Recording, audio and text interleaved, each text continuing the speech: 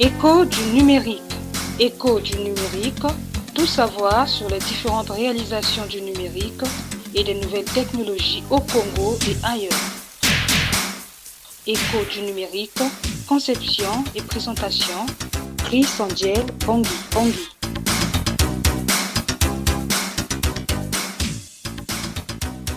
Mesdames et messieurs, bonjour et bienvenue à cette émission Écho du numérique. Il existe désormais en République du Congo une plateforme numérique qui assure les demandes et ventes de services en ligne dénommée Congo Deals. Pour en savoir plus, nous recevons M. Lee Ngakeni, start-up et promoteur de cette dite plateforme. Technique grâce à Fuma. Présentation Chris Angel Bangui. Bonjour Monsieur Lingakeni. Bonjour Monsieur Chris Onzel. Depuis quand existe cette plateforme Congo Deals? La plateforme Congo Deals existe depuis juillet 2024, disons une année. Alors, pour quel but l'avez-vous créée, Congo Deals? Le but, c'était de faire rencontrer l'offre et la demande en termes de services.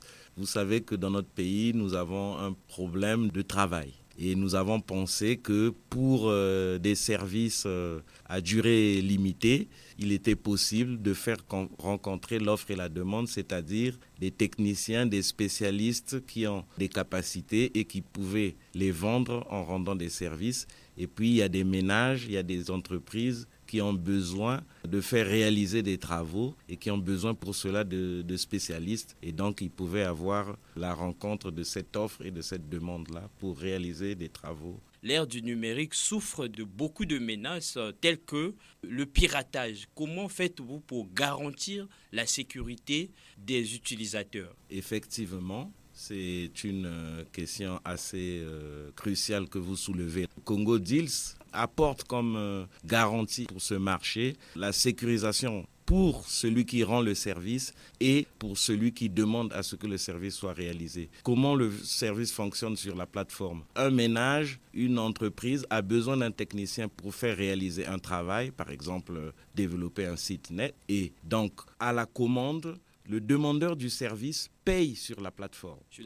Il paye sur la plateforme et les fonds sont bloqués au niveau de la plateforme. Et quand il a payé, le technicien reçoit le bon de commande, il commence à faire le travail. La garantie du technicien, c'est que les fonds sont déjà bloqués sur la plateforme. Il n'y a pas de possibilité qu'il ait fait le travail et qu'il ne soit pas payé. Et aussi pour le demandeur du service, la garantie, c'est que les fonds sont bloqués sur la plateforme. Tant que le spécialiste n'a pas fini le travail qu'il a validé, les fonds ne peuvent pas être transférés au niveau spécialiste. Donc les fonds sont bloqués sur la plateforme, le spécialiste réalise le travail. Dès qu'il a fini le travail, il y a le livrable. Et dès que le demandeur du service valide le travail qu'il a reçu, les fonds sont transférés automatiquement dans le compte du spécialiste qui peut demander à les retirer à n'importe quel moment, soit via un compte bancaire, soit via un compte mobile money. Est-ce que vous travaillez également en symbiose avec les banques? En symbiose avec les banques, non. Mais par contre, quand un spécialiste s'enregistre, il enregistre ses coordonnées bancaires. C'est que la partie transfert des fonds, elle se fait manuellement par la plateforme. Donc, soit si le spécialiste veut percevoir ses fonds via son compte bancaire, c'est la plateforme qui fait le transfert vers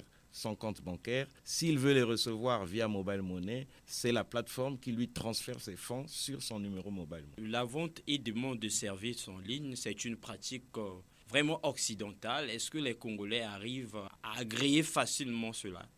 Effectivement, ça c'est un autre point crucial. Je voudrais dire qu'il y a la méfiance. Remarquons que sur le marché congolais, il y a la méfiance en tout ce qui concerne le numérique. Tout ce qui est sur les réseaux sociaux, qui est sur le net, suscite de la méfiance. Et effectivement, il y a cette difficulté-là à pouvoir mettre les utilisateurs en confiance. Le site, quand vous vous inscrivez, il y a l'obligation de photographier sa pièce d'identité. Ça, c'est une première étape de sécurité avant que le site vous valide à pouvoir utiliser les services de la plateforme. Et l'autre sécurité, c'est que c'est la plateforme qui, dans les adresses sont connues, qui a un bureau, et c'est elle qui garantit la sécurité des fonds déposés par le demandeur lorsqu'il fait la commande de son travail. Mais je voulais rajouter aussi que vous verrez que sur le site, pour s'inscrire, on peut s'inscrire via son compte Google. Et donc, au niveau du Google Cloud, il y a beaucoup de sécurités qui sont vérifiées avant de permettre à un site de pouvoir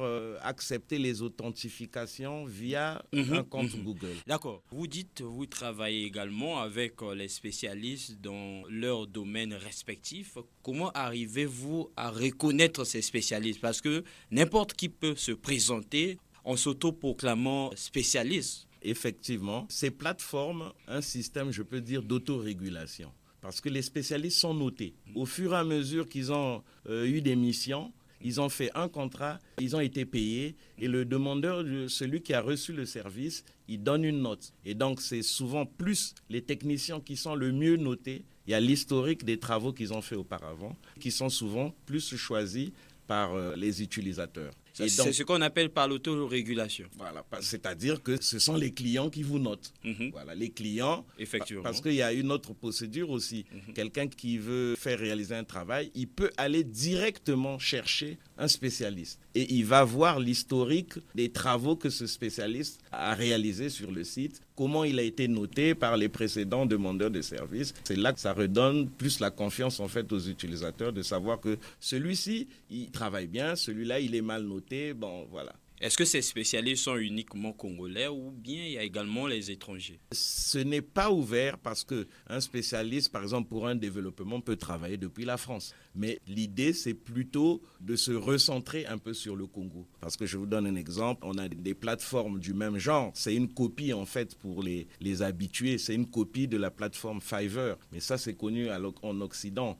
Et cette plateforme, en fait, est amenée à un peu centraliser toutes ces activités au niveau du Congo. Mais toute personne peut s'inscrire. Monsieur Ngakeju, nos auditeurs peuvent savoir combien de personnes se sont déjà inscrites depuis que ce site a vu le jour. Je vous dirais qu'il y a une trentaine. C'est vrai, de ce côté, nous avons beaucoup de difficultés encore à vulgariser, à mettre en confiance.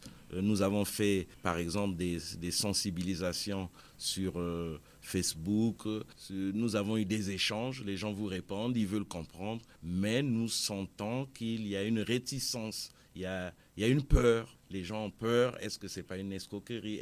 Ce n'est pas encore une culture vraiment au niveau du Congo que les gens utilisent le numérique pour les différents services. C'est vrai que nous allons pour WhatsApp, mais pour résoudre des problèmes concrets, par exemple de travail, tout, ce n'est pas encore vraiment une habitude. Est-ce que ce site s'adapte facilement à tout support de l'ère numérique, notamment les ordinateurs, les téléphones, tout comme les tablettes? Effectivement, le site il est responsive design, c'est-à-dire qu'il s'adapte au format des différents supports, par exemple tablette ou ordinateur ou téléphone mobile. Est-ce que dans votre site, il y a aussi ce qu'on appelle Sunga, vous appelez Sunga Bisso.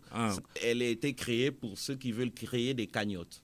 C'est-à-dire que, mais c'est plutôt à vocation humanitaire et sociale. Et quand des gens veulent créer une cagnotte pour une cause particulière ou un projet particulier, ils peuvent s'adresser à nous et nous mettons en ligne cette cause et nous l'envoyons. Voilà. Est-ce que vous travaillez avec des sites similaires? Non. En Afrique, tout comme ailleurs. Voilà. Monsieur Lingakeni, est-ce que vous comptez dans les prochains jours miser sur la vulgarisation, étant donné que le site a vu le jour depuis une année, jusqu'alors nous n'avons que 30 abonnés? Effectivement, nous y travaillons. Vous êtes dans le monde des médias, vous savez que la vulgarisation, ça a un coût, ça demande des moyens et donc nous y travaillons. Nous avions misé premièrement sur les réseaux sociaux, mais nous pensons qu'il faut aussi le faire au niveau des chaînes TV, de la radio. Je pense que ça aurait une consonance plus forte que sur les réseaux sociaux où la méfiance est encore très grande, nous avons remarqué. Quelles sont les personnes cibles? Est-ce que vous ciblez les jeunes, les personnes,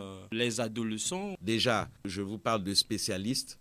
En fait, il s'agit de toute personne qui a une une compétence en informatique, en électricité. Vous avez toute personne qui a une spécialité et qui peut rendre des services, c'est-à-dire un électricien, un informaticien, un peintre, voilà. Et vous avez aussi des sociétés. Les jeunes sociétés aujourd'hui ont du mal à trouver les premiers clients. Donc, c'est une niche aussi pour des entreprises qui viennent pour se faire connaître. Donc, elles peuvent aussi fournir leurs services au travers de cette plateforme. Et comme demandeurs de services, vous avez les ménages et des entreprises aussi. Parce qu'une entreprise qui n'a par exemple pas les moyens de recruter un informaticien qu'elle peut payer chaque mois, peut solliciter un freelance, un technicien indépendant qui vient rendre un service particulier et qui est payé et le contrat est terminé. Nous avons plusieurs types de profils informatiques, notamment les maintenanciers, les programmeurs. Et quels sont ces profils-là